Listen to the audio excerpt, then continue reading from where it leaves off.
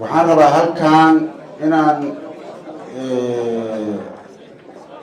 baaq nabadeed uga diro dadka ku nool degmada Walaweyn iyo agagaarkeeda oo dhacdo aad iyo aad u foolxun ay ka dhacday muddo hadda 7 beri laga joogo kadibna ay waxyaalo kale oo ka sii xun ay sii dhaleen maanta oo la joogo 2025 in isdilowka garo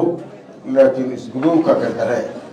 wala isdilay ilaa nabi aadana la isdilay laakiin wala isgubay gardare zaaiday dilka dareereen gardare kale zaaiday alaad dhamaadana iyana ku dorantay alaad ma jarta geeka dadka abaarahayta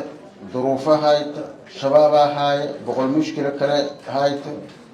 wala fadaan dadka fidnadooda in ilaahay nagadan ilaahay hanuuni fidna hundurahayta lankii hakii yaa isku leefnada ay lahayn keenay dadka masaakiinta ahna nabadka noolaadeen insha Allah ta'ala dadka mas'uuliyiinta oo u taagan nabadana ayagana waa u hambalyeynaa